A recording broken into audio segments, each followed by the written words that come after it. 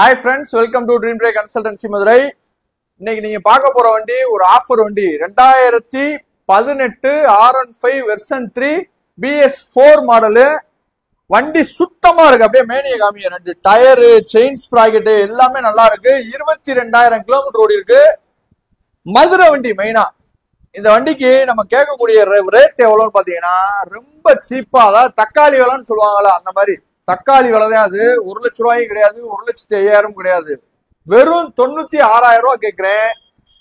ஒரு 10 ரூபா டு 15 ரூபா இருந்துச்சுன்னா, சிவில் டாப்பா இருந்துச்சுன்னா 15 ரூபா கொண்டு வாங்க, பேலன்ஸ் பினான்ஸ் போட்டு கொடுத்துறேன்.